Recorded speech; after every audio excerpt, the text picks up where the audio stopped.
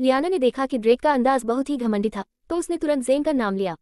ये क्लेटन्स का इवेंट है, क्या जेन को ऐसा करने का हक नहीं है? ड्रेक ने उसे घूरा और मन ही मन सोचने लगा कि वो महिलाएं जिन्हें अपने कनेक्शंस पर भरोसा होता है, उसकी नजरों में कितनी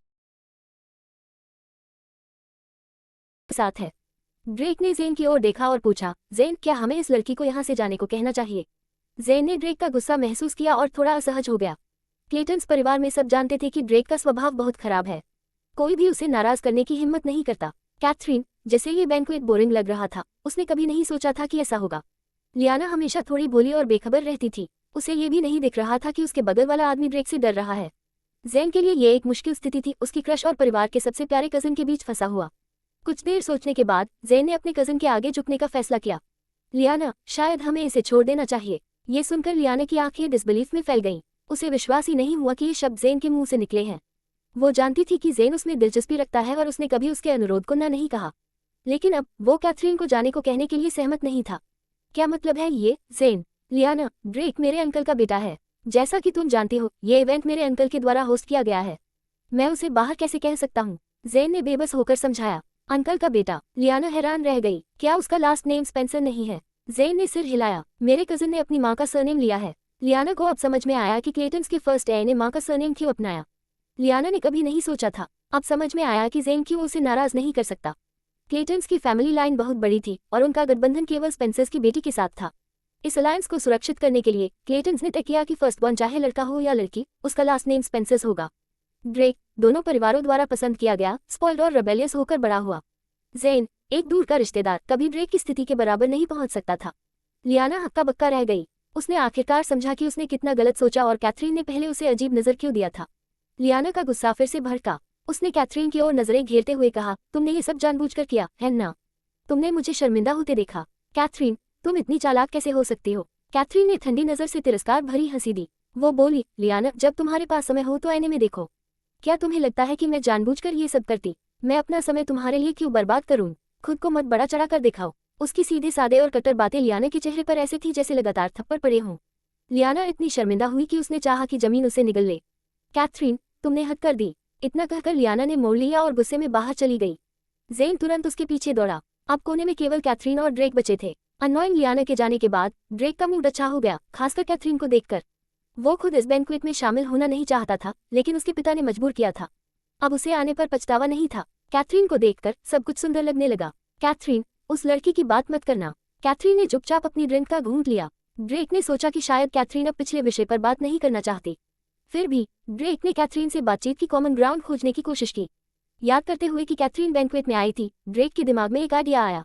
कैथरीन, क्या तुम मिस्टर एंडरसन से मिलने आए हो? हाँ, कैथरीन ने शालीनता से साधारण उत्तर दिया। उसके उद्देश्य को जानकर ड्रेक को लगा कि अब चीजें आसान हो जाएंगी। कैथरीन, मेरे पापा मिस्टर एंडरसन से बात कर रहे हैं, जल्दी ही बाहर आएंगे। मैं तुम्हें वहां ले चलता हूँ ताकि तुम सबसे पहले उनसे मिल सको और प्राइवेट बात कर सको। कैथरीन की प्रतिक्रिया का इंतजार किए बिना ड्रेक उठ खड़ा हुआ। चलो, मेरे पीछे आओ। ब्रैंडन व्यस्त था और थोड़ी देर लौटने वाला नहीं था, इसलिए कैथरीन ने ड्रेक के प्रस्ताव को स्वीकार किया और कॉन्फ्रेंस रूम के एंट्रांस की ओर चली। जैसे ही वो पास पहुंची, कैथरीन ने देखा कि लियाना भी वहां थी। गुस्से में पहले बाहर जाने के बाद जेन ने लियाना को रुकने के लिए मनाया। थोड़ी पर्सुएशन और एडवर्ड एंडरसन से मिलवाने के वादे के बाद लियाना का मूड थोड़ा सुधरा और उसने मुस्कान दी। कैथरीन को आते देखकर लियाना ने तंज कसा। कैथरीन, लग रहा है तुम भी मिस्टर एंडरसन को खोजने आए हो। तुम्हारे नॉन फाइनेंस बैकग्राउंड के साथ शायद वो तुम्हें देखने तक की जहमत न उठाएं। लियाना की घमंडी बातों का सामना करते हुए कैथरीन ने शांत होकर जवाब दिया, अगर वो मुझे नहीं देखेंगे, क्या इसका मतलब है कि वो तुम्हें देखेंगे? बस देखते हैं, लियाना ने आत्मविश्वास से कहा। लियाना को विश्वास था कि जब एडवर्ड उसे देखेंगे तो वो अपनी प्रोफेशनल नॉलेज का इस्तेमाल करके एडवर्ड को लगातार इंटरैक्शन में रख सकती है। उनकी टकराहट तब खत्म हुई जब कॉन्फ्रेंस रूम का दरवाजा खुला। क्लेटन्स के हेड एडवर्ड और वित्तीय उद्योग के कई प्रमुख लोग मीटिंग रूम से बाहर निकले। जैसे ही वे बाहर आए, लियाना आगे बढ़ी। वो जानती थी कि ये रिस्की मूव है, लेकिन यही उसकी एकमात्र मौका था कैथरीन को पीछे छोड़ने का। लियाना मुस्कुराए और एडवर्ड के सामने रुकी। हेलो मिस्टर एंडरसन, मैं लियाना स्वॉन हूँ। मैंने आपको पहले फाइनेंशियल एनालिसिस के बारे में ईमेल भेजा था, क्या आपको याद है? क्लेटन्स के हेड ने हल्की भौहें चढ़ाई जब उन्होंने लियाना को आगे बढ़ते देखा, लेकिन अपने भतीजे के इशारे को देखकर उन्होंने लियाना के अशिष्ट व्यवहार को नजरअंदाज करने का निर्णय लिया। सबसे महत्वपूर्ण बात, उन्होंने देखा कि उनका बेटा भी यहाँ था और उसके साथ एक खूबसूरत महिला थी। उन्होंने देखा कि उनका बेटा उस लड़की को लगातार घूर रहा है, एक पल के लिए भी आंख नहीं झपका रहा। उन्होंने इसे इंटरेस्टिंग समझा। धीरे धीरे एडवर्ड ने लियाना को पहचान लिया और गर्मजोशी से जवाब दिया, हाँ, मुझे तुम्हारी एनालिसिस रिपोर्ट याद है। बहुत अच्छा काम किया, तुम बहुत टैलेंटेड हो, मुझे उम्मीद नहीं थी कि तुम इतनी यंग और अट्रैक्टिव हो। लियाना ने खुद को गौरवान्वित महसूस किया। उसे लगा कि उसने कैथरीन को पीछे छोड़ दिया। थोड़ी सी दोस्ताना बातचीत के बाद एडवर्ड अपने अगले एजेंडा पर जाने वाले थे। जैसे ही उन्होंने ऊपर देखा, उनकी आंखें खुली रह गईं और जोर से एक्सक्लेम किया, ओह माय गॉड, देखो किसे मैंने अभी देखा। एडवर्ड की अचानक प्रतिक्रिया ने सबको हैरान कर दिया।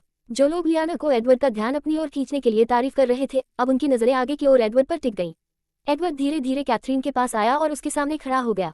उसका पहले सख्त चेहरा कैथरीन को देखकर नर्म पड़ गया। यहीं पर सबने ध्यान दिया कि वहां खड़ी एक और स्टनिंग ब्यूटी थी, जो लियाना से भी ज्यादा खूबसूरत थी। लियाना वहीं ठिठकी रह गई और खुद को बेहद ऑकवर्ड महसूस किया। एडवर्ड के करीब जाने की उसकी पूरी कोशिशों के बावजूद वह कैथरीन के सामने फीकी पड़ गई। उसने सोचा कि कैथरीन में ऐसा क्या है जो सबका ध्यान अपनी ओर खींच रहा है। एडवर्ड कैथरीन को देखकर अपनी एक्साइटमेंट को रोक नहीं पाए। उसकी आवाज अनायास ही कुछ ऊंची हो गई। कैथरीन, तुम्हें फिर से देखकर अच्छा लगा। तुम यहाँ कैसे पहुंच गई? कैथरीन ने हल्की मुस्कान दी और धीरे से जवाब दिया, बस अपने बॉयफ्रेंड के साथ। सुना कि आप यहाँ हैं।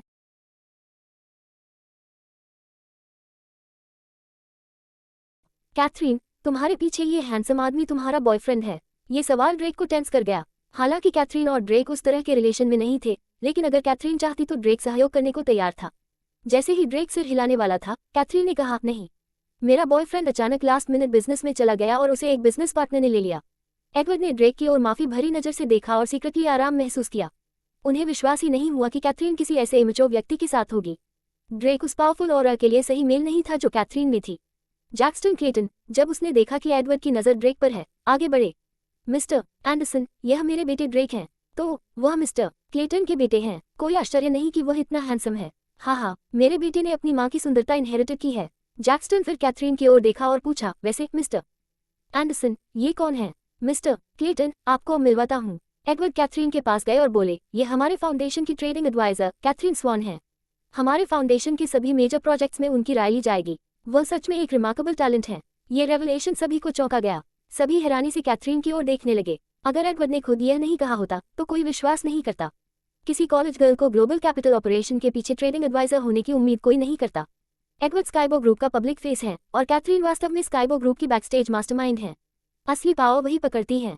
कुछ ही समय पहले लियाना ने कैथरीन को तुच्छ समझा और सोचा कि उसने एडवर्ड का ध्यान आकर्षित करने के लिए कुछ तरीके अपनाए। अब वह स्तब्ध रह गई। ये कैसे संभव है? लियाना जोर से चिल्लाए, इम्पॉसिबल। उसकी आवाज इतनी तेज थी कि सबका ध्यान उस पर गया। एडवर्ड ने कंफ्यूज्ड होकर लियाना की ओर देखा। वह कैथरीन जैसी थोड़ी दिखती थी, लेकिन कैथरीन का पावरफुल ऑरा उसमें नहीं था। क्या मतलब है? एडवर्ड ने पूछा। लियाना आगे बढ़ी। आपको उसका झांसा मिला है। वह सिर्फ एक गांव की लड़की है जो कंट्री साइड में बड़ी हुई। वह स्काइबो ग्रुप की ट्रेडिंग एडवाइजर कैसे हो सकती है? मिस्टर एंडरसन, आप बिल्कुल भी उसकी बातों में मत फंसिए। उसने जल्दी से समझाया। भीड़ क्यूरियोसिटी में उन्हें देख रही थी और केओस फैल गया। जैक्स्टन ने जल्दी से कदम बढ़ाया। मिस, आप ऐसे नॉनसेंस नहीं बोल सकती। लियाना सबको यकीन दिलाने के लिए और कैथरीन की रेपुटेशन टार्निश करने के लिए कुछ भी कह सकती थी। मैं झूठ नहीं बोल रही, क्योंकि वह मेरी सिस्टर है। भीड़ में हंगामा मच गया। किसी ने नहीं सोचा था कि बात इतनी बढ़ जाएगी। ज़ेन और ड्रेक ने हैरानी से लियाना की ओर देखा। उन्हें लगता था कि लियाना और कैथरीन मिलती जुलती हैं, लेकिन उन्होंने कभी कल्पना नहीं की कि वे सिस्टर्स हों। कैथरीन कभी कभी लियाना को बेकाबू फुलिश लगती थी। एडवर्ड ने कैथरीन की ओर देखा। उसकी काम डमीना देखकर उसने राहत की सांस ली। वह चिंतित थी कि अगर कैथरीन अपसेट हुई तो इवेंट में सभी को परेशानियों का सामना करना पड़ेगा। कैथरीन, क्या वह तुम्हारी सिस्टर है? एडवर्ड का सवाल सुनकर लियाना ने डिस्डेन से कैथरीन की ओर देखा। वह देखना चाहती थी कि कैथरीन पब्लिक में झूठ बोलने की हिम्मत करेगी या नहीं। सवाल का सामना करते हुए कैथरीन ने ठंडी नजर से लियाना को देखा और डिस्डेन से कहा, शायद ब्लड रिलेटेड हो, लेकिन इंटेलिजेंस में कोई कनेक्शन नहीं है। हाँ, ड्रेक हंस पड़ा। उसने कहा, कैथरीन, मुझे लगता है तुम सही कह रही हो। आईक्यू में तो काफी अंतर है। सिर्फ ड्रेक नहीं, एडवर्ड भी सहमति में सिर हिलाने लगे। मैं यही कहने वाला था। कैथरीन, तुम इतनी स्मार्ट हो और तुम्हारी सिस्टर इतनी फुलिश। अगर मैं यह नहीं जानता कि मेरी कंपनी की ट्रेडिंग एडवाइजर कौन है, तो शायद मैं आज यहाँ खड़ा होने के काबिल भी नहीं होता। लोगों ने महसूस किया कि एडवर्ड सच बोल रहे थे। किसी स्ट्रेंजर को फ्रेंड समझ लेना आम बात है, लेकिन अपने बॉस को न पहचानना रिडिकुलस है। लियाना स्थिर खड़ी रह गई और स्टन दिखी। वह मूर्ख नहीं थी, बस उसे विश्वास नहीं हो रहा था कि कैथरीन में ऐसी क्षमता हो सकती है। अब वह सार्वजनिक ह्यूमिलिएशन का शिकार बन चुकी थी। उसने सोचा कि कैथरीन सच में फॉर्मिडेबल है। कोई आश्चर्य नहीं कि उसका पिता भी कैथरीन को हरा नहीं सकता। लियाना कंफ्यूज्ड होकर कैथरीन को घूर रही थी। बताओ, क्यों तुम्हें बचपन से कंट्री साइड भेजा गया? तुम इतनी केपेबल कैसे हो? उसकी हताशा देखकर कैथरीन ने थोड़ा रिवील करने का फैसला किया। किसने कहा कि कंट्री साइड भेजा जाना मुझे वर्थलेस बनाएगा? याद रखो, मैं स्वॉन्स परिवार की बेटी हूँ, ग्रैंडपा की ग्रैंडडॉटर। मुझे बचपन से ही तुम्हारी तुलना में बेटर एजुकेशन मिली है। लियाना जमीन पर बैठ गई और कैथरीन को घूरने लगी। अपनी माँ के इन्फ्लुएंस में लियाना ने सोचा था कि कैथरीन एक जेंक्स अनवांटेड चाइल्ड थी जिसे छोटे उम्र में कंट्रीसाइड छोड़ दिया गया। लियाना स्वॉन्स फैमिली होम में रहती थी और खुद को कैथरीन से सुपीरियर मानती थी। उसने भूल गई कि जैसे कैथरीन ने कहा, कैथरीन स्वॉन्स फैमिली की बेटी उसके ग्रैंडफादर की ग्रैंडडॉटर थी। परिवार में डोमिनेंट फिगर होने के नाते उसका ग्रैंडफादर कभी नहीं चाहेगा कि स्वॉन्स की बेटी ऐसी मिजरेबल स्थिति में रहे। चाहे कैथरीन को बचपन से कंट्रीसाइड भेजा गया हो, वह प्राइवेट ट्यूटरिंग जरूर प्राप्त करती। अगर कैथरीन में एक्सेप्शनल इंटेलिजेंस दिखती तो वह और भी आगे बढ़ती।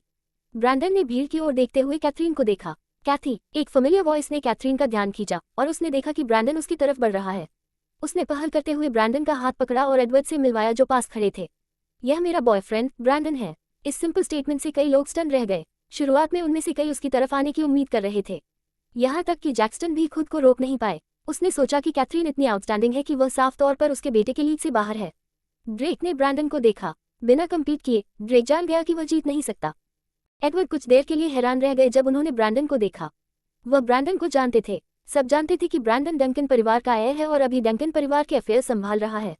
लेकिन एक बड़े फाइनेंशियल कंपनी के स्पोक्सपर्सन के तौर पर एडवर्ड समझ रहे थे कि यह मिस्टीरियस डंकन है सिर्फ दिखावे से कहीं ज्यादा ताकतवर है। ब्रैंडन के पीछे बहुत बड़ी शक्ति थी। एडवर्ड पहले से ही इम्प्रेसिव थी और अब ये दोनों मिलकर काम कर रहे थे। एडवर्ड को समझ नहीं आ रहा था कि यह अच्छा है या बुरा।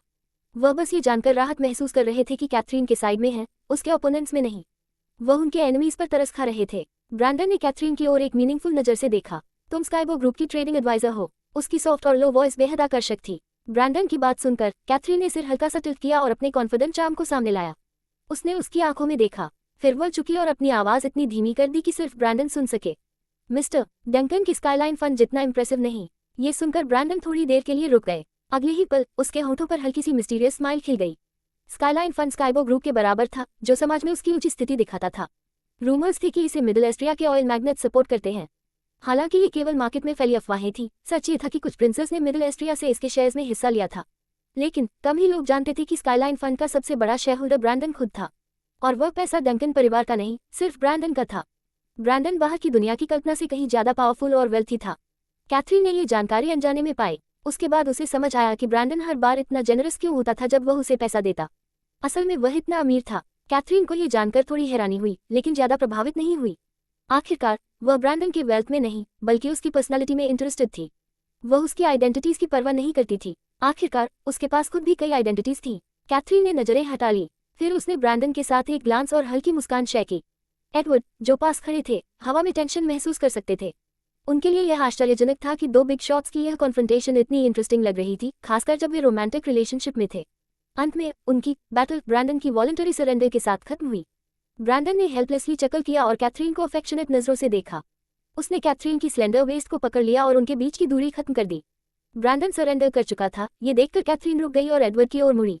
एडवर्ड तुरंत कैथरीन की मंशा समझ गए और पास खड़े जैक्स्टन से पूछा, मिस्टर क्लेटन, क्या मैं कैथरीन से थोड़ी देर बात करने के लिए एक जगह ले सकता हूँ? बिल्कुल, जैक्स्टन मुस्कुराते हुए सिर हिलाया और दूसरों को भी इनवाइट किया। Please follow me. कैथरीन और बाकी लोग जैक्स्टन के पीछे टॉप फ्लोर के एक छोटे मीटिंग रूम में पहुंचे। उन्हें वहां ले जाने के बाद जैक्स्टन जाने वाला था। जैसे ही वह जाने वाला था, कैथरीन ने बोल दिया, मिस्टर क्लेटन, मेरे पास एक प्रपोजल है। क्या आप इसमें इंटरेस्टेड होंगे? जैक्स्टन एक बिजनेसमैन था। हालांकि क्लेटन्स का लॉक्सटन में कुछ स्टेटस था, बड़े शॉट्स के सामने उनका इन्फ्लुएंस थोड़ा कम था।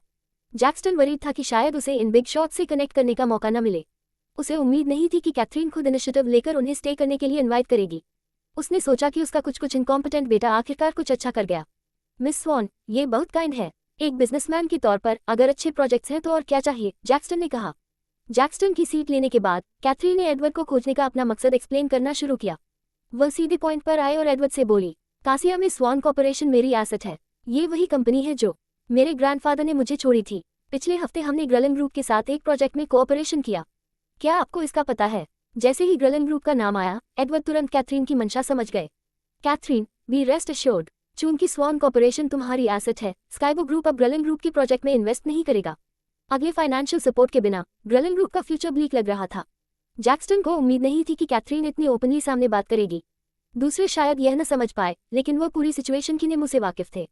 ग्रलन ग्रुप फेसिस फैमिली की एल्डेस्ट डॉटर इन लॉ की थी। दोनों फैमिलीज में कुछ किनशिप थी और बहुत सारे बिजनेस डीलिंग्स थे। ऐसा लगता था कि अब जैक्स्टन को फेसेस के साथ कोऑपरेशन प्रोजेक्ट कैंसिल करना चाहिए। कैथरीन जैसी बिग शॉट को ऑफेंड करना फेसेस के लिए भविष्य में ट्रबलसम हो सकता था। एडवर्ड से डिस्कशन के बाद कैथरीन ने अपना ध्यान जैक्स्टन की ओर किया। मिस्टर क्लेटन, क्या आप इस प्रोजेक्ट में इंटरेस्टेड हैं? उसने प्रोजेक्ट डॉक्यूमेंट्स जैक्स्टन के सामने रख दिए। ये प्रोजेक्ट क्रेलन ग्रुप और स्वान कॉर्पोरेशन के बीच था। शुरुआत में उसका किसी तीसरे पक्ष के लिए कोई इंटेंशन नहीं था, क्योंकि उसके पास प्रोजेक्ट कंप्लीट करने के लिए पर्याप्त फंड्स थे। लेकिन पैसा कभी भी पर्याप्त नहीं होता, और वह हाल ही में ज़्यादा जिम्मेदारी लेना नहीं चाहती थी।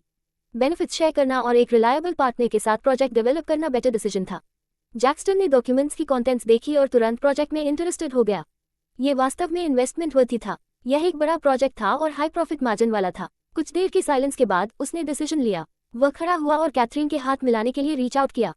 मिस स्वॉन, यह मेरी प्लेजर है कोलैबोरेट करने में। कैथरीन ने हाथ क्रॉस किए हुए देखा। मिस्टर क्लेटन, आप तो बहुत बोल्ड हैं। इतना बड़ा प्रोजेक्ट लेकर क्या आप इसे सोचने के लिए समय नहीं लेना चाहेंगे?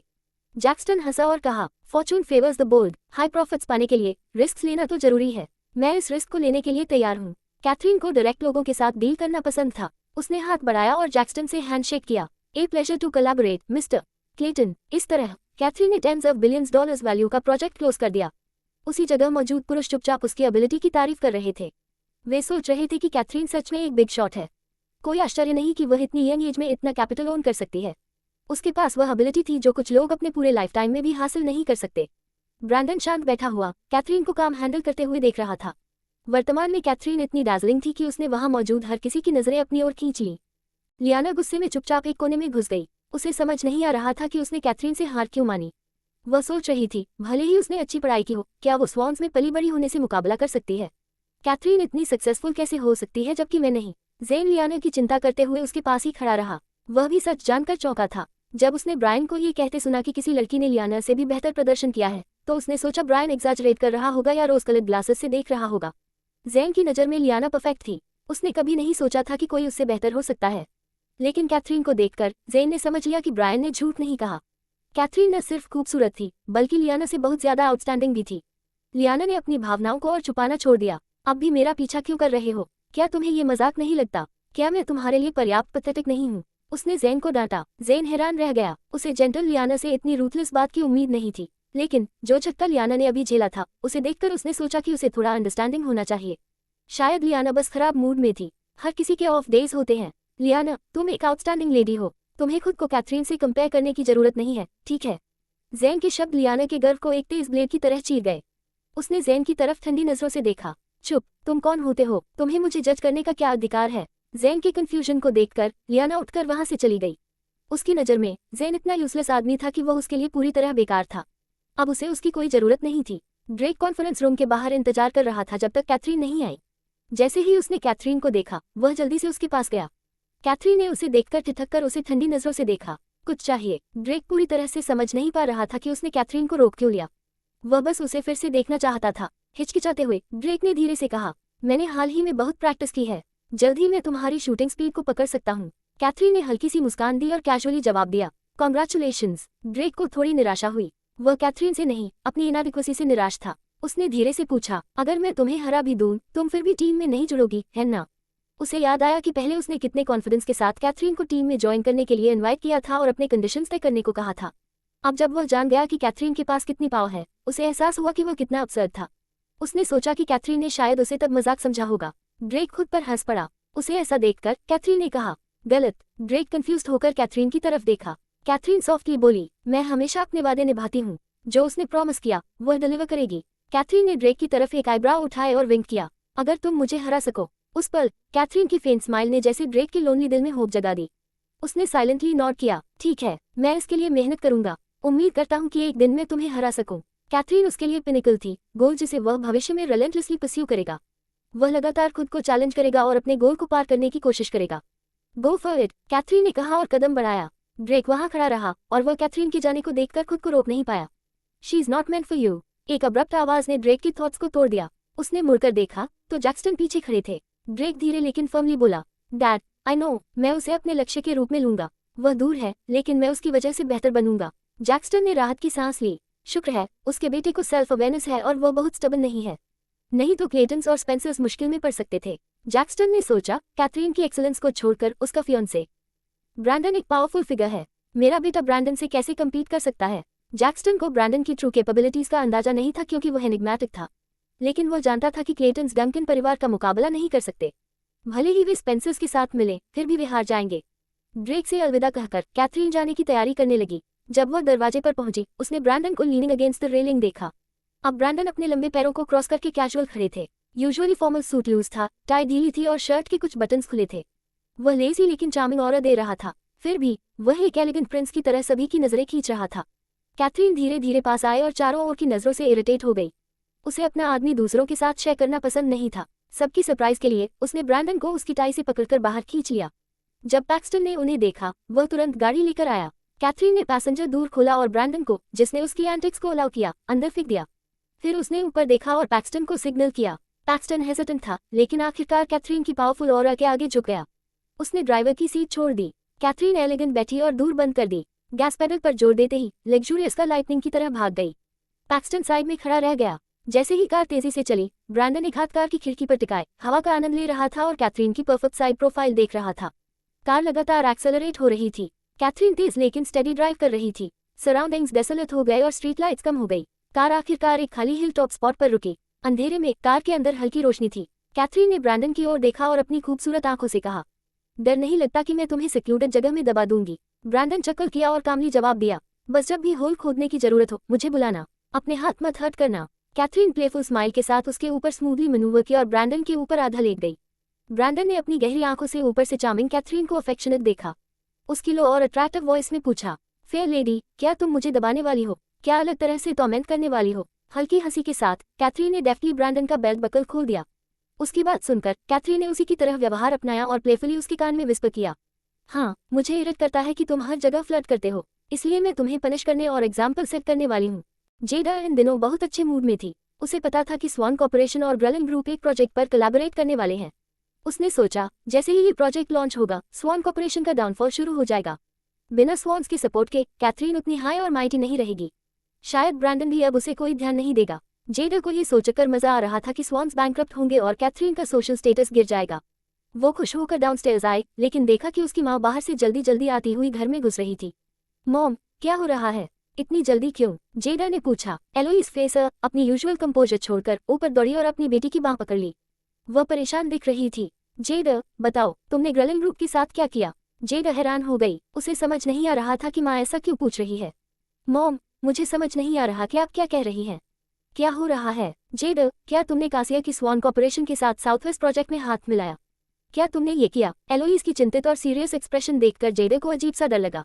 उसने कभी अपनी माँ को ऐसा नहीं देखा था। मॉम, क्या हुआ? स्वान कॉर्पोरेशन के साथ काम करना गलत नहीं है ना? ये सुनकर एलोइस समझ गई कि ये सब उसकी बेटी की वजह से हुआ है और उसका दिल चे गया। उसने परेशान नजरों से जेडा को देखा। जेडा, तुम गलत हो। तुम स्वान्स को ऑफेंड क्यों करोगी? ये सब क्या हो रहा है तुमसे? अपनी माँ को इतनी परेशान देखकर जेडा भी समझ नहीं पाई कि क्या हुआ है।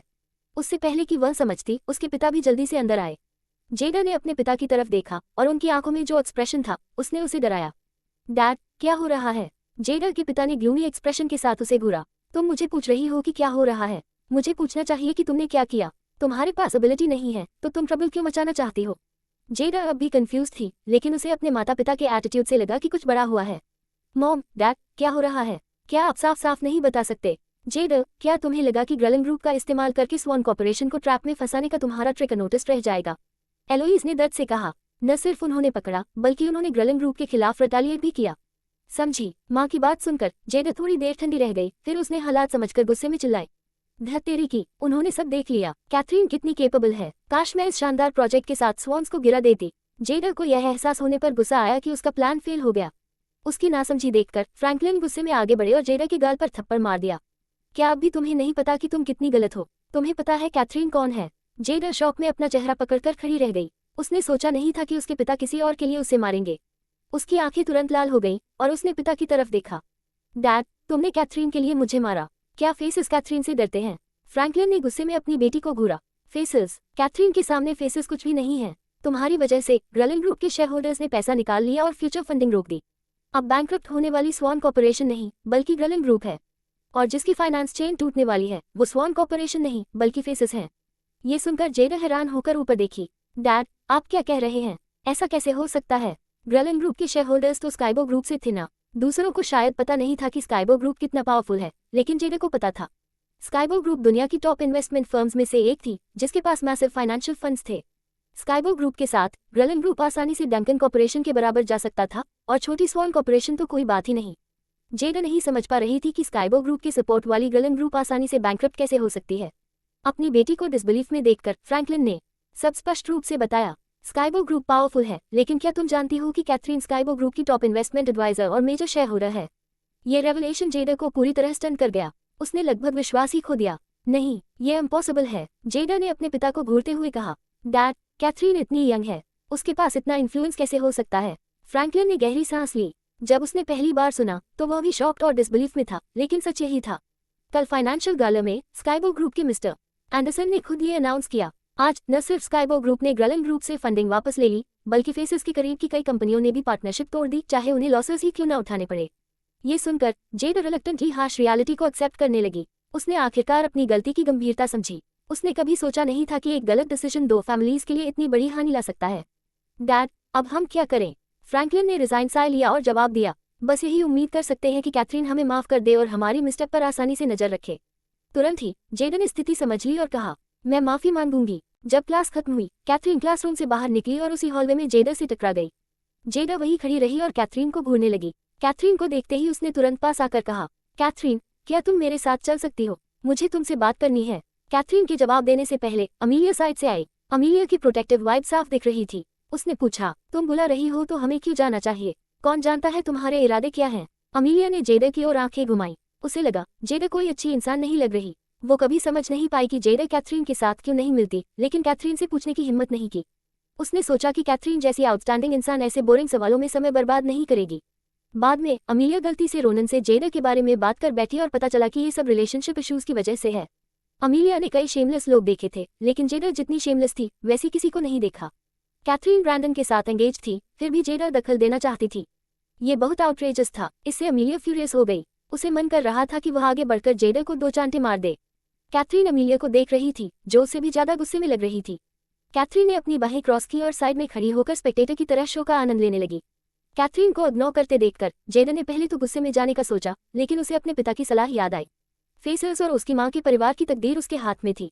जेडा को अपनी प्राइड निगलनी पड़ी। थोड़ी हिचकिचाहट के बाद उसने ऑकवर्डली कहा, कैथरीन, मैंने जो किया उसके लिए मैं सॉरी कहती हूँ। कृपया क्या आप मुझे इस बार माफ कर सकती हैं? जेडा की अपॉलॉजी सुनकर अमीलिया हैरान रह गई। उसने कैथरीन की ओर देखा और धीरे से कहा, मैंने सही सुना। यूजुअली हाई और माइटी जेडा सच में माफी मांग रही है। अमीलिया की बातें सुनकर जेडा बेहद एम्बैरेस्ड हो गई, लेकिन अब पीछे हटना संभव नहीं था। दो परिवारों की तकदीर उसके हाथ में थी। कैथरीन वहीं खड़ी शांत रही। उसे पता था कि जेडा आएगी और माफी मांगेगी। शायद अगर जेडा नहीं भी आती तो फेसेस उसे माफी मांगने के लिए दबाव डालते।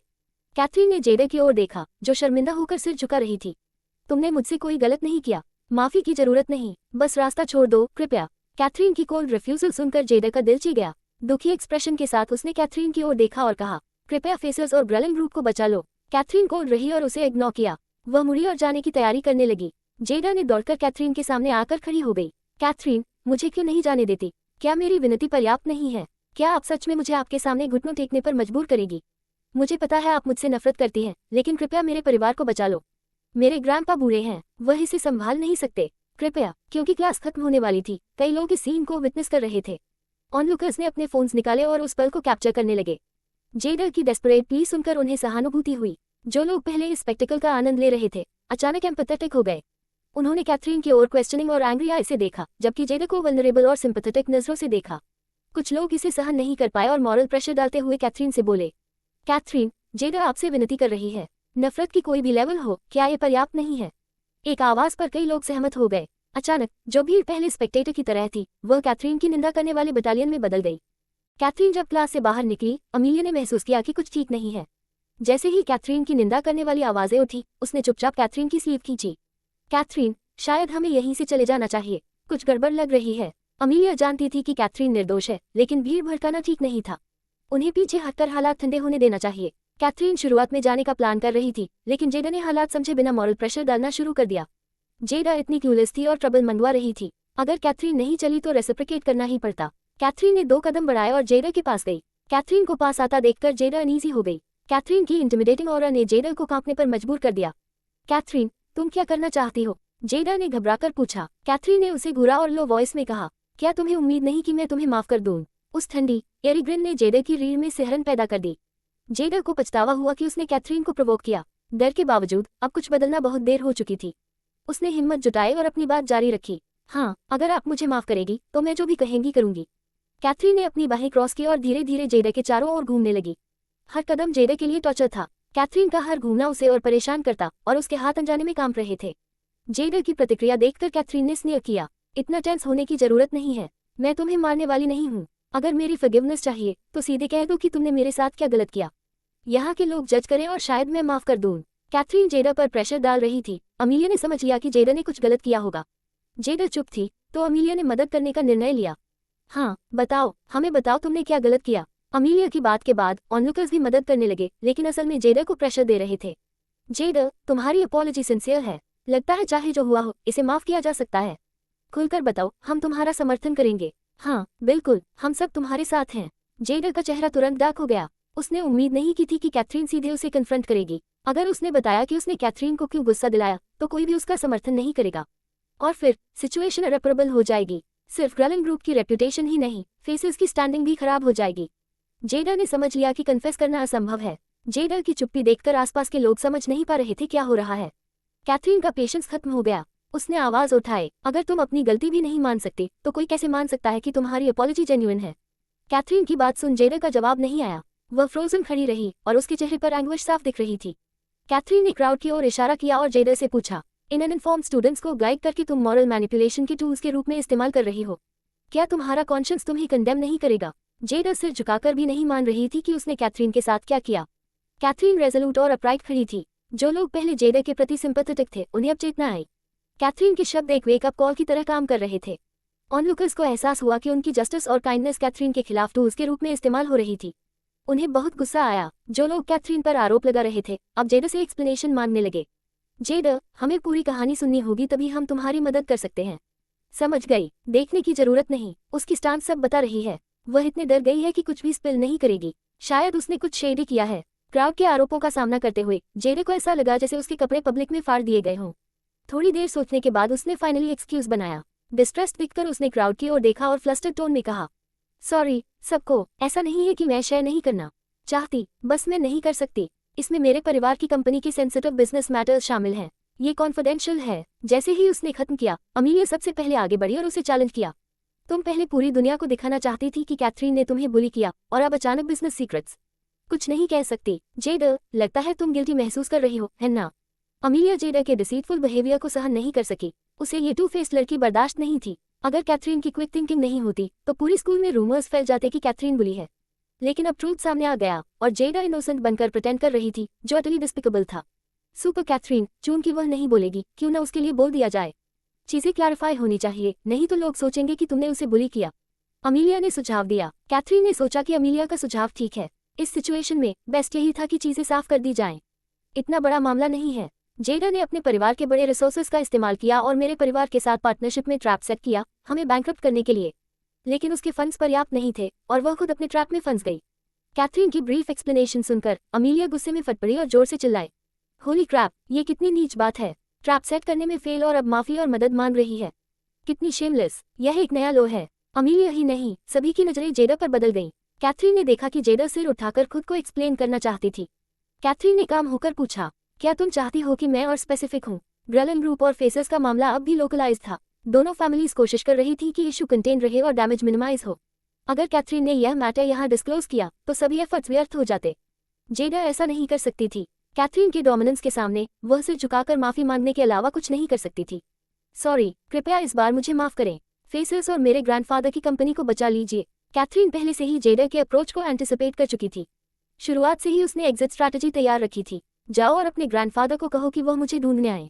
कैथरीन को चलते देखकर जेडा जमीन पर बैठ गई। बस अभी थोड़ी देर पहले तक जेडा का इरादा यही था कि पब्लिक ओपिनियन का इस्तेमाल करके कैथरीन को झुकाया जाए, उससे माफी मांगी जाए और ग्रेलिन ग्रुप और फेसेस की।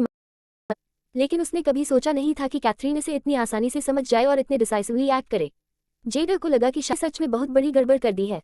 अगर फेसेस की कंपनी उसकी वजह से नुकसान उठाती है तो शायद उसे कभी भी परिवार में अपने चेहरे को दिखाने का मौका न मिले। कैथरीन क्लासरूम से बाहर निकलते ही अमीलिया का पीछा करते हुए लैब की ओर चली। उसने मार्शल से वादा किया था कि क्लास के बाद जब भी समय मिलेगा वह लैब आएगी। जैसे ही लैब के लोग कैथरीन को देखने लगे, सभी डिस्क्रीटली उसे घूरने लगे। लैब के इतने सालों के इतिहास में उन्होंने कभी किसी फ्रेशमैन को अंदर नहीं आने दिया था। उन्होंने सुना था कि कैथरीन सिर्फ स्किल नहीं है बल्कि उसका सिग्निफिकेंट बैकग्राउंड भी है। अगर वह कोई ऑर्डिनरी व्यक्ति होती तो आबॉट लैबोरेटरी के बारे में कैसे जान पाती और वहां आने का मौका कैसे मिलता। मार्शल भी कैथरीन को काफी सम्मान देता था। इस स्पेशल एडमिशन के बाद उसे असिस्टेंट भी असाइन किया गया। ऐसा ट्रीटमेंट किसी को भी जालिस कर सकता था। कैथरीन को देखते ही ब्रोडी लीच उसके पास आया और थोड़े सार्काज़म के साथ बोला, कैथरीन, आज लैब में कौन सा प्रोजेक्ट करने वाली हो? चाहो तो मैं तुम्हें लैब का टूर और इक्विपमेंट का रनडाउन दिखा दूं। ब्रोडी ने स्टाइल यूनिवर्सिटी में 5 साल तक पढ़ाई की थी और एकेडमिक्स में एक्सेलिंग था। वह लॉक्सटन का टॉप साइंस स्टूडेंट था और आउटस्टैंडिंग परफॉर्मेंस की वजह से डॉक्टरेट के स्पीड ट्रैक प्रोग्राम में भी शामिल किया गया। PhD के दौरान उसने मार्शल को अपना एडवाइजर चुना और अब मार्शल के गाइडेंस में एक्सपेरिमेंट्स कर रहा था। अपने एक्सेलेंस के बावजूद वह मार्शल की लैब में स्टडी प्रोग्रेस कर रहा था और जिन एक्सपेरिमेंट्स पर वह काम कर रहा था वे लैब के रेगुलर प्रोजेक्ट्स थे। लेकिन जब कैथरीन आई तो उसने सबकी स्टेरियोटाइप्स को तोड़ दिया और लैब के सबसे क्रूशियल प्रोजेक्ट तक एक्सेस पा लिया। ब्रोडी ये देखना चाहता था कि कैथरीन वास्तव में कितनी स्किल्ड है। कैथरीन ने उस पर नजर डाली और ब्लंटली कहा, स्पीक योर माइंड और बीटिंग अराउंड द बुश बंद करो। इन चीप ट्रिक्स में समय वेस्ट करने की बजाय अपने कैलकुलेशंस चेक करो। उसकी कोल्ड और डोमिनेंट वर्ड्स ने ब्रोडी को ह्यूमिलिएट कर दिया। कैथरीन, तुम तो सिर्फ न्यूकमर हो, इतना एरोगेंट कैसे हो सकती हो? मैं सिर्फ कॉशियसली रिमाइंड करना चाहता था। यह एटीट्यूड क्यों? कैथरीन ने कोल्डली स्कॉफ किया और ब्रोडी को डिस्डेन के साथ देखा। मेरा एटीट्यूड उस व्यक्ति पर डिपेंड करता है। इसके बाद उसने सिर उठाया और ब्रोडी के कंप्यूटर स्क्रीन की तरफ देखा, एक टाइनी डेटा पर फोकस किया। मैंने तुम्हें चेक करने को कहा पर तुम नहीं सुने। ये सारे कैलकुलेशंस गलत हैं और ज्यादा करने से कुछ नहीं बदलेगा। कैथरीन की रिमार्क के बाद सभी ने ब्रोडी के कंप्यूटर की ओर देखा। ब्रोडी को लगा कि कैथरीन जानबूझकर उसे ह्यूमिलिएटिंग कर रही है। उसने गुस्से में कहा, क्विट स्पाउटिंग नॉनसेंस और टॉपिक बदलना बंद करो। मुझे तुम्हारी अपॉलॉजी चाहिए, समझा? ब्रोडी के दोस्त ने डिस्क्रीटली उसे नच किया। इरिटेटेड होकर ब्रोडी ने अपने फ्रेंड पर चिल्लाया, मुझे मत रोको, ये बहुत ऑडेशियस है। अगर मैंने इसे सबक नहीं सिखाया तो यह अपनी जगह नहीं जानेगी। उसका फ्रेंड एम्बैरस दिखा और हश टोन में बोला, ब्रोडी, तुम्हारा डेटा शायद गलत है। इम्पॉसिबल, ब्रोडी ने बिना सोचे कहा। आश्चर्यजनक रूप से पास खड़े किसी ने कहा, मुझे भी लगता है कि यह गलत हो सकता है। लगातार वॉइसेस की वजह से ब्रोडी को इशू का सामना करना पड़ा। बैठकर उसने सभी प्रोग्राम्स रीरन किए और डेटा डबल चेक किया। अनएक्सपेक्टेडली वह वास्तव में गलत था और एग्जैक्ट एरर उसी लोकेशन में था जिसे कैथरीन ने पहले पॉइंट किया था। ब्रोडी के एक्सप्रेशन को देखकर कैथरीन जान गई कि उसने फाइनली करेक्ट डेटा कैलकुलेट किया है। ब्रोडी कंप्यूटर स्क्रीन के सामने स्टन था। वह हार्डली बिलीव कर पा रहा था कि यह कैसे पॉसिबल हुआ। लैब के सभी लोग जो ये सीन विटनेस कर रहे थे वे भी शॉक थे। ब्रोडी इस प्रोजेक्ट पर आधा महीना काम कर रहा था लेकिन सोल्यूशन नहीं खोज पाया। लेकिन कैथरीन ने सिर्फ एक ग्लांस में इशू पिन पॉइंट कर दिया। नो वंडर कि प्रोफेसर ने कैथरीन को लैब टीम में शामिल करने के लिए इतना प्रयास किया। कैथरीन में वास्तव में कैपेबिलिटी और टैलेंट था। इस इंसिडेंट के बाद लैब में सभी का एटीट्यूड कैथरीन के प्रति और भी रिस्पेक्टफुल हो गया। एटमॉस्फेयर में बदलाव देखकर अमीलिया ने कैथरीन से विस्पर किया, सुपर कैथरीन, तुम इनक्रेडिबल हो। तुम्हारी ऑरा ही बहुत स्ट्रॉन्ग है। कट इट आउट, कैथरीन ने इंटरप्ट किया। अमीलिया बहुत चैटबॉक्स थी और अगर वह बात जारी रखती तो टॉपिक कभी खत्म नहीं होता। कैथरीन को कंप्यूटेशनल वर्क में एंग्रोस्ड देखकर अमीलिया ने डिस्टर्ब करने की हिम्मत नहीं की। वह ओबीडियंटली कैथरीन के पास बैठकर अपने स्टडीज में फोकस करने लगी। टाइम गुजरने के साथ लैब में सभी अपने टास्क में एंग्रोस्ड हो गए और पूरा जगह एब्सोल्यूट साइलेंस में डूब गया। थोड़ी देर बाद किसी ने अचानक कहा, क्या हो रहा है? मेरा कंप्यूटर फ्रीज हो गया। इसके बाद अन्य लोग भी वही समस्या बता रहे थे। उन्होंने चिल्लाया, मेरा भी। कैथरीन के अलावा अमीलिया भी, जो चुपचाप माइनस्वीपर खेल रही थी, फ्रोजन स्क्रीन का सामना कर रही थी। लैब के बेस्ट कंप्यूटर एक्सपर्ट तुरंत मदद करने के लिए आगे आए। कुछ मिनट बाद उन्होंने अलार्म में कहा, ये बुरा है, कंप्यूटर में वायरस है, हमें प्रोफेसर को इन्फॉर्म करना चाहिए। मुझे शक है कि कोई हमारी लैब की सीक्रेट्स चुराने की कोशिश कर रहा है। फॉरेन हैकर्स अक्सर लैब की सीक्रेट्स चुराने की कोशिश करते थे, इसलिए उनके कंप्यूटर्स लेयर्स में एन्क्रिप्टेड थे और क्रोलिया की कांग्रेस के कंप्यूटर्स से भी ज्यादा सिक्योर। लेकिन इस बार हैकर्स डेटा चुराने से ज्यादा उसे डिस्ट्रॉय करने में इंटरेस्टेड थे। अगर कंप्यूटर्स के अंदर डेटा डिस्ट्रॉय हो जाता तो लैब के लिए अनप्रेसिडेंटेड डिजास्टर होता। पैनिक सब में फैल गया। उन्हें समझ नहीं आ रहा था कि क्या करें। मार्शल कई कंप्यूटर वायरस एक्सपर्ट्स के साथ भागे। टाइम गुजरते गया लेकिन कंप्यूटर्स अभी भी इनऑपरेबल थे। उन्हें रिस्टोर नहीं किया जा सका। कंप्यूटर एक्सपर्ट्स को पसीना आता देख मार्शल डिस्ट्रेस था और उसका चेहरा पेल हो गया। वह चिंतित होकर चिल्लाया, तुम अभी तक फिक्स नहीं कर सकते? एक्सपर्ट्स ने सिर हिलाते हुए जवाब दिया, वायरस बहुत पावरफुल है, हम रिपेयर करने की कोशिश कर रहे हैं। प्रोफेसर हार्टली, कृपया और समय दें। हर गुजरते पल के साथ कंप्यूटर्स के अंदर डेटा और एंडेंजर्ड होता जा रहा था। कैथरीन को छोड़कर वहां मौजूद सभी लोग एज पर थे। कैथरीन ने जैसे ही अपनी फाइनल कैलकुलेशन कंप्लीट की, वह उठकर उन एक्सपर्ट्स की तरफ बढ़ी। उसने स्क्रीन की तरफ देखा। जैसे ही उसने रैपिडली फ्लिकरिंग कोड लाइंस देखी, उसके दिमाग ने पूरे प्रोग्राम को बस कुछ सेकंड्स में प्रोसेस कर लिया। Let me give it a try. उसकी कोल्ड वॉइस इतनी लाउड नहीं थी, लेकिन लैब के क्वाइट और टेंस एटमॉस्फेयर को अब्रप्टली तोड़ दिया। तुरंत ही सभी की नजरें कैथरीन पर टिक गईं और वह सेंटर ऑफ फोकस बन गई। मार्शल थोड़ी देर हेजिटेशन के साथ कैथरीन को देख रहा था। भले ही वह उसे अच्छी तरह से नहीं जानता था, लेकिन वह मानता था कि कैथरीन बिना वजह ऐसा रिक्वेस्ट नहीं करेगी। जैसे ही मार्शल सोच में डूबा, एक छात्र जिसने पहले चुपचाप बात कर रहा था आगे बढ़ा। ये ब्रोडी था जिसने पहले कैथरीन से क्लैश किया था। कैथरीन, स्पॉटलाइट पाने का भी समय होता है, अब सीन बनाने का क्या पॉइंट है? ब्रोडी कॉन्फिडेंटली बोला, क्या तुम्हें नहीं पता कि समय सब कुछ से ज्यादा वैल्यूएबल है? क्या तुम्हारी एक्सपर्टीज इन एक्सपर्ट से सुपेरियर है? उसकी आवाज पूरे लैब में गूंजी और ऑनलुकर्स के एक्सप्रेशंस मिक्स्ड हो गए। कई लोगों को लगा कि ब्रोडी की बात में वेट है। आखिरकार ये स्टाइल यूनिवर्सिटी के top notch computer science experts थे, पूरे देश में मशहूर, जबकि कैथरीन बस फ्रेशमैन थी। ब्रोडी के चैलेंज का सामना करते हुए कैथरीन ने उसे कोल्डली देखा। उसका टोन काम था, लेकिन इमेंस अथॉरिटी के साथ उसने कहा, क्वाइट डाउन, कोई तुम्हें म्यूट की तरह ट्रीट नहीं कर रहा। ब्रोडी इन्फ्यूरिएटेड हो गया। उसने कैथरीन की ओर इशारा किया और मार्शल से बोला, प्रोफेसर हार्टली, देखो, कैथरीन हमेशा इतनी एरोगेंट रहती है। उसका एटीट्यूड रिसर्च साइंटिस्ट के लिए सूटेबल नहीं। उसका एम था कैथरीन की ट्रू नेचर मार्शल को दिखाना और आइडियली उसे लैब से बाहर कराना। मार्शल ने कैथरीन को देखा। उसका कंपोज डिमीनर देखकर मार्शल ने रिस्क लेने का फैसला किया। उसने कंप्यूटर में एनग्रोस्ड व्यक्ति को जेंटली टैप किया। विंस्टन, स्टेप असाइड, मेरी स्टूडेंट को ट्राई करने दो। मार्शल की वर्ड्स ने सबको स्टन कर दिया, खासकर ब्रोडी को। उसे उम्मीद नहीं थी कि मार्शल कैथरीन के पक्ष में ऐसा फेवराइटिज्म दिखाएगा। Incredulously, Brody exclaimed, professor Hartley, ये, what is it? मार्शल ने कोल्ड ग्लांस से रिस्पॉन्ड किया और हश टोन में रिब्यूक किया। Do I need you to teach me how to handle things? ये सुनकर ब्रोडी ने शिवर किया और चुपचाप रह गया। जिसे मार्शल ने बुलाया था, वह स्टाइल यूनिवर्सिटी के कंप्यूटर साइंस डिपार्टमेंट का गेस्ट प्रोफेसर था। स्टेटस में वह मार्शल के बराबर था और दोनों दोस्त थे। मार्शल की कैरेक्टर समझते हुए विंस्टन हेजिटेशन नहीं किया और खड़ा हो गया।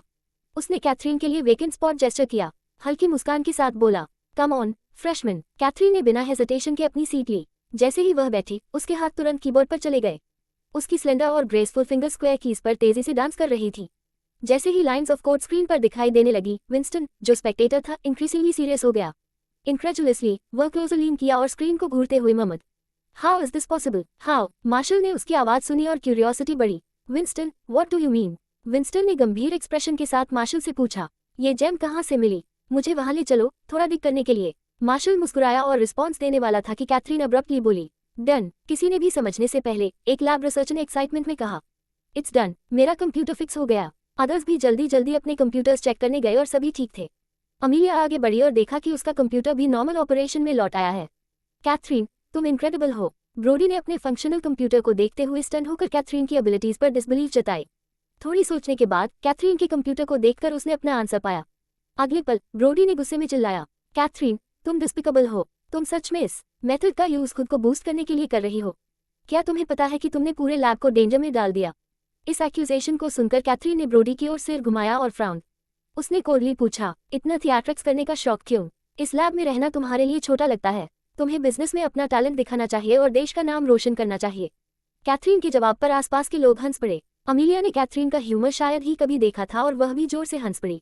एवरीवन के हंसने पर ब्रोडी एम्बैरेस्ड हुआ और अपनी एक्यूजेशन कैथरीन की ओर रीडायरेक्ट कर दिया।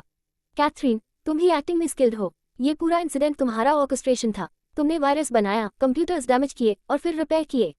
क्या तुम्हें लगता है कि कोई नोटिस नहीं करेगा? मार्शल ने ग्लूमी एक्सप्रेशन के साथ ब्रोडी को देखा। तुम क्या इम्प्लाई कर रहे हो? ऑर्केस्ट्रेटेड का क्या मतलब? क्या तुम्हारे पास एविडेंस है? प्रोफेसर हार्टली, ब्रोडी कॉन्फिडेंटली बोला और कैथरीन के कंप्यूटर के पास गया। कैथरीन, तुम्हारे मेथड्स इंप्रेसिव हैं, लेकिन सबसे मेटिकुलस प्लान्स भी स्लिप हो जाते हैं। कैथरीन ने आर्म्स क्रॉस किए और क्यूरियोसिटी के साथ ब्रोडी की ओर देखा। क्या तुम होम्स हो? अपना जस्टिफिकेशन बंद करो। ब्रोडी ने राइचस पोज में कहा, मुझे बताओ, क्यों हर कंप्यूटर इन्फेक्टेड हुआ सिवाय तुम्हारे? अगर ये तुम्हारा काम नहीं है तो इतना कोइंसिडेंस कैसे? प्रोफेसर वॉन अभी वायरस क्रैक नहीं कर पाए। फ्रेशमैन होते हुए भी तुमने इसे क्रैक कर दिया। ब्रोडी की बात सुनकर सभी का ध्यान कैथरीन के कंप्यूटर पर शिफ्ट हुआ। स्क्रीन अभी भी चालू थी और उस डॉक्यूमेंट को डिस्प्ले कर रही थी जिस पर वह वायरस अटैक के दौरान काम कर रही थी। डॉक्यूमेंट प्रूफ था कि ब्रोडी झूठ नहीं बोल रहा था और कैथरीन का कंप्यूटर वास्तव में अनस्केथ रहा।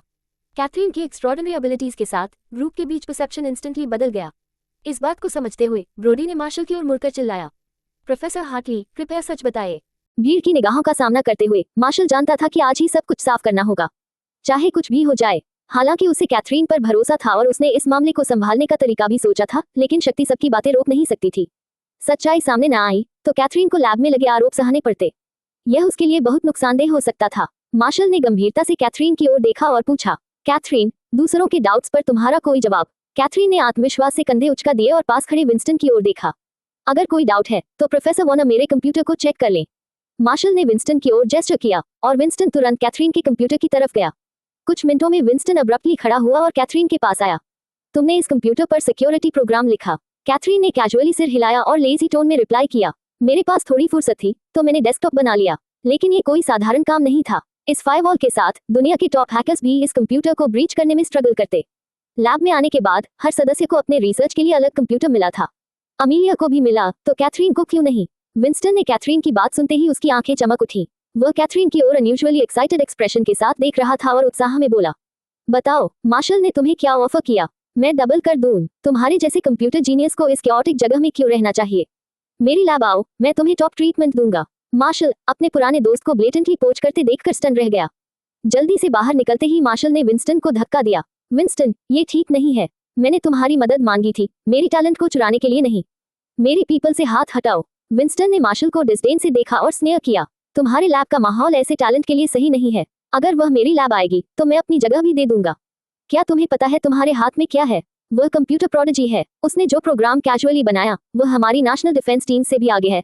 आम हैकर्स की तो बात ही छोड़ो। विंस्टन के शब्द उस सीन में सभी के लिए जैसे ठंडी चपत थे। उन्होंने कैथरीन की एबिलिटीज पर शक किया और यह भी सोचा कि शायद उसने फेम के लिए इस ड्रामा को ऑर्केस्ट्रेट किया। लेकिन इस समय सभी को एहसास हुआ कि वह सिर्फ इलेक्ट्रॉनिक चिप्स में जीनियस नहीं बल्कि कंप्यूटर फील्ड में भी असली टैलेंट है। विंस्टन भी उसकी कद्र कर रहा था और अपनी जगह देने को तैयार था। ये दिखा रहा था कि कैथरीन की स्किल्स कितनी इनक्रेडिबल हैं। अपनी प्रेशियस टैलेंट खोने का डर देखकर मार्शल लाल पीला हो गया और फ्यूरियस था। उसने विंस्टन को भगा दिया। वह मेरी है, उसकी तरफ देखना बंद करो। कोई भी चीज उसे यहाँ से ले जाने के लिए पर्याप्त नहीं होगी। विंस्टन को बाहर भेजने के बाद मार्शल लैब में वापस आया। जो मार्शल कुछ समय पहले काम था, अब उसका एक्सप्रेशन ग्लूमी था। लैब में डेंजरस वाइब थी और सभी टेंस थे सिवाय कैथरीन के। वह आराम से बैठी थी, लेग्स क्रॉस किए, लॉलीपॉप चूस रही थी और पूरी तरह रिलैक्स थी। आखिरकार चाहे कुछ भी हो, किसी न किसी ने उसका सामना करने में मदद करनी थी। मार्शल के आने के बाद ब्रोडी सबसे एंग्शियस था। कुछ देर हेजिटेशन के बाद उसने बोलने की हिम्मत जुटाई। प्रोफेसर हार्टली, मैं। मार्शल ने उसे बीच में ही रोकते हुए हाथ उठाया और पॉज का संकेत दिया। कहने की जरूरत नहीं, हमारी लैब तुम्हारे लिए नहीं है। कृपया चले जाओ। Professor Hartley, please. ब्रोडी ने आंखों में आंसू भरकर प्ली किया। मार्शल ने कोई मर्जी नहीं दिखाई। उसने पास खड़े दो छात्रों की तरफ देखा जो तुरंत आगे बढ़े और ब्रोडी को खींच कर ले गए। मार्शल आमतौर पर ज्यादा बोलने वाले नहीं थे, लेकिन जब वह सीरियस होते थे तो लैब में सभी लोग डर जाते थे। ब्रोडी को बाहर भेजने के बाद मार्शल ने सबको संबोधित करना जारी रखा। उसकी कोल्ड गेज पूरे रूम में फैल गई और उसने सॉफ्टली कहा, याद रखो, मेरी लैब में मेरे नियम फॉलो करने हैं। अपनी पेटी स्कीम्स छोड़ो और एक्सपेरिमेंट्स पर फोकस करो। ऐसी केओस फिर मत लाओ, नहीं तो मेरी सख्त साइड देखोगे। मेरा सिर्फ एक नियम है, केपेबल लेड। अगर आप अग्री नहीं करते तो स्किल में मुझे सरपास करो। अगर स्ट्रांग हो, मैं सुनूंगा। समझ गए? सबने जोर से रिप्लाई किया, समझ गए। डिसमिस्ड। मार्शल के आदेश पर सभी अपने स्टेशंस पर लौट गए और काम शुरू कर दिया। मार्शल ने कैथरीन को बुलाया, मेरे साथ आओ। कैथरीन मार्शल के ऑफिस में उसके पीछे गई और उसने उसे सीट लेने का जेस्चर किया। कैथरीन ने बिना हेजिटेशन के मार्शल के सामने बैठ गई। उसकी लंबी लेग्स आराम से चेयर के एज पर थी। पोस्चर पूरी तरह रिलैक्स थी। मार्शल को परवाह नहीं थी। वह कैथरीन की स्ट्रेट फॉरवर्डनेस की कद्र करते थे। कैथरीन, तुम कंप्यूटर्स जानती हो? लॉलीपॉप मुंह में रखते हुए कैथरीन ने थोड़ी इंडिस्टिंक्टली बोला। थोड़ी बहुत। मार्शल ने मन ही मन सोचा, थोड़ी बहुत। अगर उसे बस थोड़ी नॉलेज है तो विंस्टन ने उसे छीनने के लिए कॉन्फ्रंटेशन क्यों लिया? शायद वह बस लोकी है। विंस्टन सही कह रहा है, मैंने सच में एक जेम पाया। वह असली ट्रेजर है। कुछ क्षण बाद मार्शल ने हाथ रगड़े और लो वॉइस में कहा, कैथरीन, अगर कोई रिक्वेस्ट है तो बोलो। मेरी लैब विंस्टन से कम नहीं है। जो वह ऑफर कर सकता है मैं मैच कर सकता हूँ। समझी? वह चिंतित था कि कैथरीन विंस्टन के जाल में फंस न जाए। पहले कैथरीन को पूरा समझ नहीं आया था, लेकिन अब उसे समझ में आ गया। चिंता मत करें प्रोफेसर हार्टली, मुझे सिर्फ आपकी लैब के प्रोजेक्ट्स में इंटरेस्ट है। प्रोफेसर वॉर्नर की तरफ नहीं जाऊंगी। कैथरीन के शब्दों से मार्शल को राहत मिली। उसे उसका एटीट्यूड पसंद आया। ठीक है, तुम रेजोल्यूट हो, अब और बात की जरूरत नहीं। अपने टास्क पर वापस जाओ। कैथरीन जैसे ही निकलने लगी, मार्शल ने अचानक पूछा, तुम हमेशा LOLLIPOP क्यों खाती हो? इतना खास क्या है इसमें? मार्शल ये सोच भी नहीं सकता था कि कैथरीन को लॉलीपॉप्स पसंद हो। उसकी क्यूरियोसिटी बढ़ गई। आईब्राउ उठाते हुए कैथरीन ने उसे देखा। मेरा ब्लड शुगर लो है। ये मेरे बॉयफ्रेंड की तरफ से हैं। इतना कहकर कैथरीन बिना पीछे देखे चली गई। मार्शल स्टन रह गया। उसने अनजाने में एक पब्लिक डिस्प्ले ऑफ अफेक्शन देखा और सोचा कि आजकल के यंग लोग वाकई अपने अफेक्शन दिखाने के तरीके अलग रखते हैं।